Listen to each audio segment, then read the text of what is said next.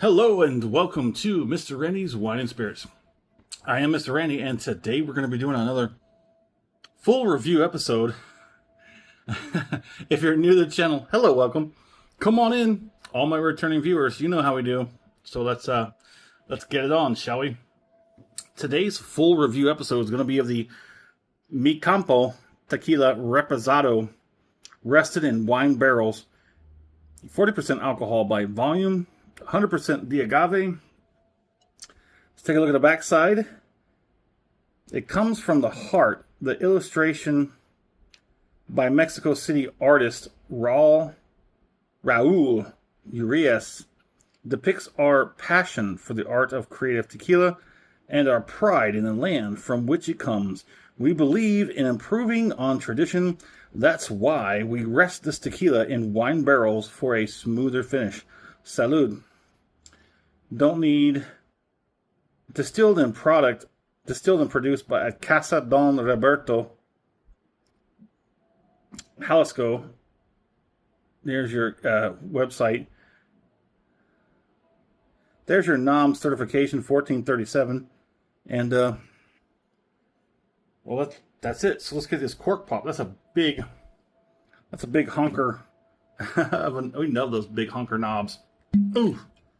It is synthetic, but look at that. That is a big honking knob there. Let's go ahead and get this pour on, shall we? I love me some tequila. So if you're new to the channel, Mr. Randy absolutely loves, number one with a bullet, Scotch. Yes, there's some horrendous Scotch out there, that's for sure. We've had a few.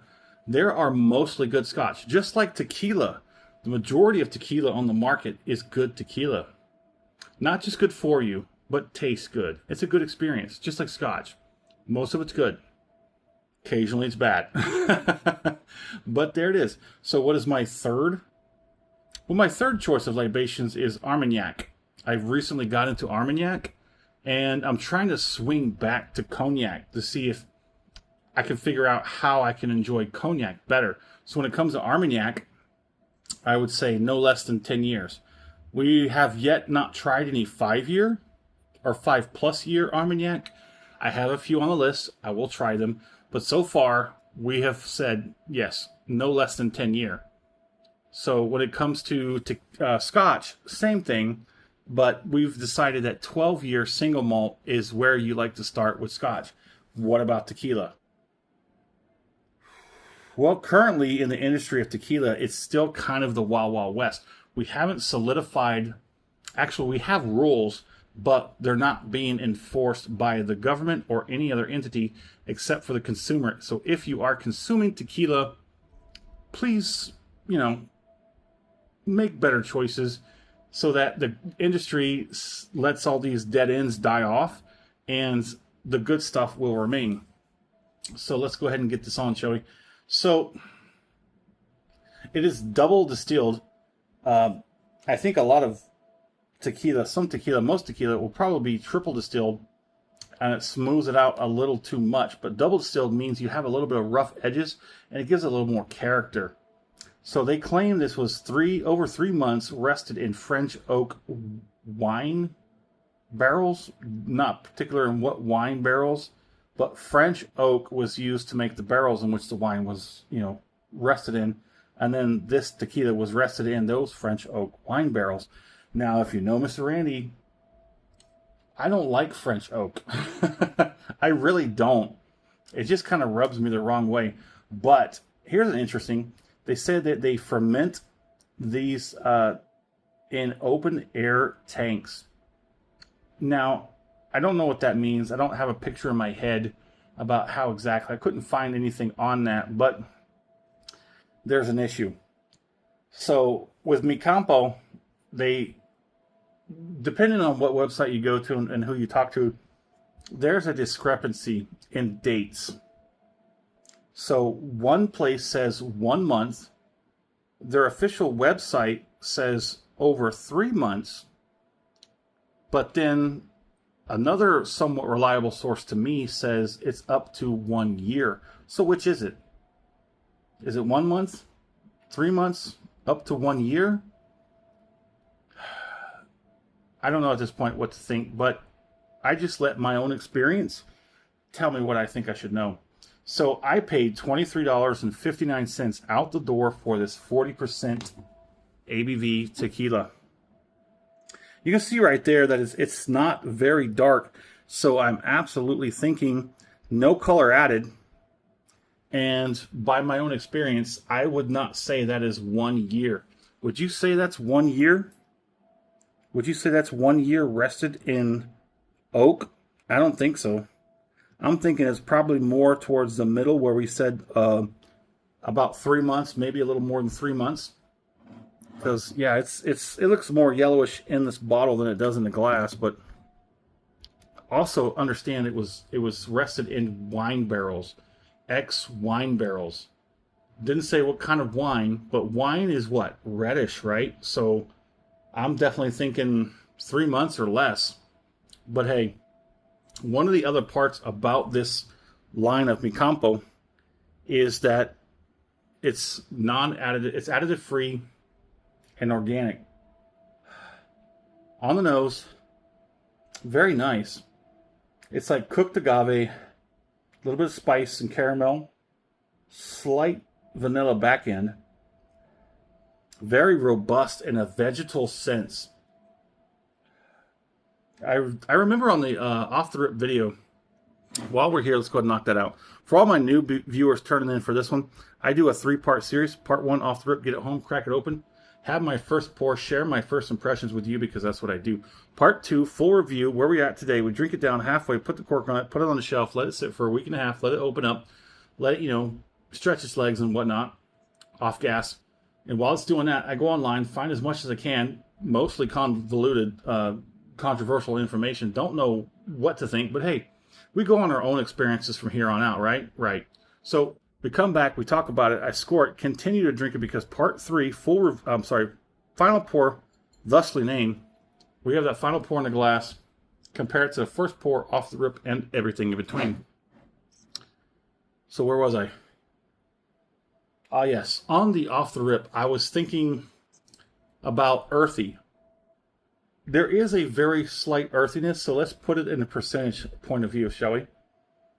Vegetal is going to take the birth of it all, the absolute birth of it all. It's going to be probably 70% vegetal, maybe 20% floral, with 10% earthiness. So the birth of it is going to be vegetal. But then that floral and earthiness sort of dance around with each other and get almost mixed up. But I get more floral than earthiness, but I can definitely detect earthiness. But mostly vegetal. Let's go ahead and get it on the palate.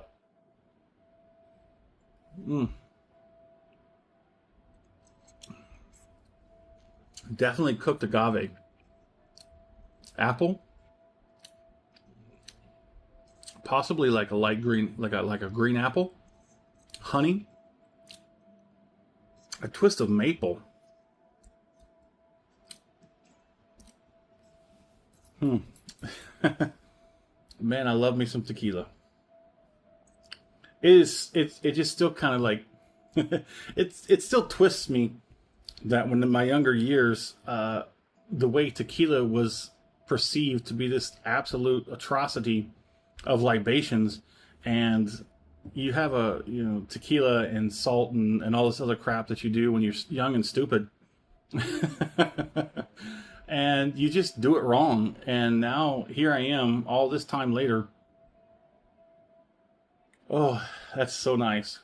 This is a very, very nice one. I don't know anything I could say negatively about this one. This is under $25 out the door for the 750. This is a very nice tequila. I highly recommend it. It's 25 bucks. I mean, it's out the door $25 or less to try a pretty nice tequila. Is it sweet? No. Is it like caramel forward? No. It's mostly vegetal. A little earthy, some floral. It's not syrupy. It's it is what it is. It's a sort of in a category of its own. Most of the tequila I've had on the show has had a syrupy, caramel forward, very much have glycerin, possibly having flavor and color added. And then a very, very small section has been the 100% additive free and all that. And I have not liked most of those. Not saying they're bad. It's just I didn't like them. Maybe it's because I've had a lot of tequila filled with additives and sweeteners and whatnot. I'm just accustomed to that. But this one seems to sit right in the middle of it all. But let's move on.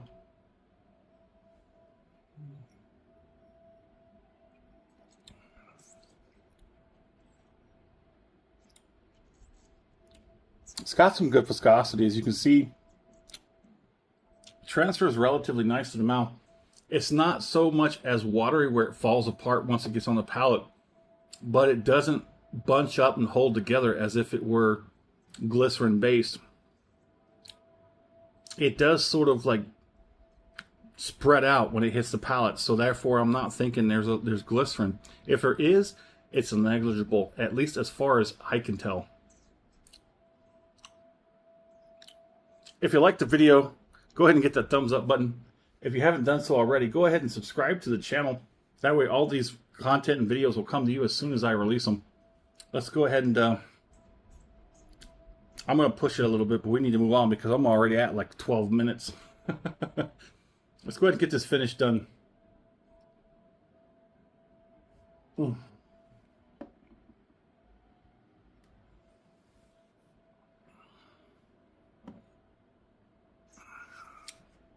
So let me point something out. So you see the heart. You see like the agave plant up here, but then you see the heart. So the referencing to the heart is that on the agave plant, down here somewhere is the heart. It's a sort of a melon-shaped sort of thing. That's where they get the tequila from. Not the leaves, but the heart. The heart is, like I said, it's at the very middle, the sort of bottom of the plant. They chop off all the leaves, then they roast, cook, or bake, or whatever, different process. They take that heart and they bake it, roast it, whatever.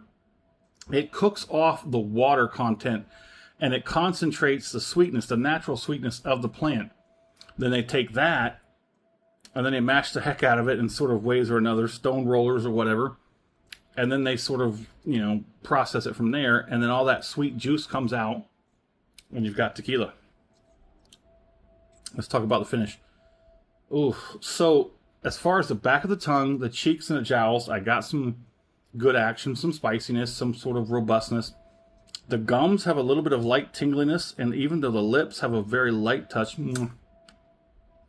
the tongue is pretty much tapped out. It usually does that. This is a nice, solid finish. Nothing too extreme and nothing very lacking. I like this one. Every once in a while, like I totally slept on the Campo for many months now. It seemed like a, I don't know.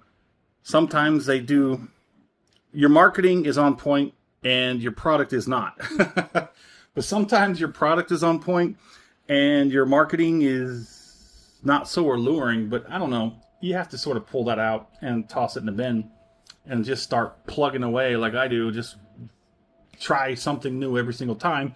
That way you're going to find some good ones. So it's a nice finish, but let's go ahead and put a score on it because we're pushing 15 minutes. Oh, my score on the Campo Tequila Reposado is going to be a... You know what? I'm going to give it a strong 4 out of 5. How about that? For a tequila, I'm going to give it a strong 4 out of 5. As it's crazy insane that it is under $25 out the door for a $7.50. Now, the transparency about what's going on inside the bottle is murky at best. But hey, drink it for yourself. Make up your own mind. And I have. So I think This is roughly about around 3 months. It's been rested in wine. I'd like to know what kind of wine barrels was used. I really would like to know that. I don't think it's anything too sweet. I think robust, maybe some red blend maybe. But for this price and for everything I think I think it's mostly an additive free tequila. I don't detect much of any glycerin or any like sweeteners or anything like that. It seems very much neutral and organic as possible. It's got a pretty solid baseline for tequila. It's not sweet. It's not very caramel. It is what it is. This is pretty much a standard baseline for tequila. It's pretty good. My fair price on it, I think it's underpriced for what it is. I think they could charge probably upwards of $40. But then again, like I said, the aesthetics of the bottle is I mean, it's not screaming "take me home with you." My tablet just shut off. Great. I think I was done anyways, except for, oh yeah, my fair price. I think it's underpriced. I think you could probably push it upwards of $40. But I did get this from a big box store, my local Specs. So they tend to sell quicker, than trying and extract more money out of your wallet. So for about $25 out the door, this is a pretty solid tequila, and I like it. I could probably see this being sold at indie stores for roughly probably pushing $40 out the door. And I could see people paying for it too. My fair price, oh man, I would say 30. I would say at least 30. I'd pay $30 for this bottle easy. I say that most good tequila ranges between $30 and $40 anyways. So there it is. Would I buy this again? I would have no qualms buying this again because it is a pretty solid tequila. And it is what it is. I mean, if you're looking for something that's very solid, very organic, very non-additive, and it's in a good price point range, this is definitely the one. But yeah, there it is. In the comment section, we'd love to know where you're at. What are you currently drinking? Man, this is the longest video. That's my counters right there. It's pushing 17, 18 minutes now. Longest video on the channel. Yay! Peace. There it is. So anyway, let's talk about it in the comment section. As always, thanks for stopping by here at Mr. Randy's Wine and Spirits. Have a dang good one.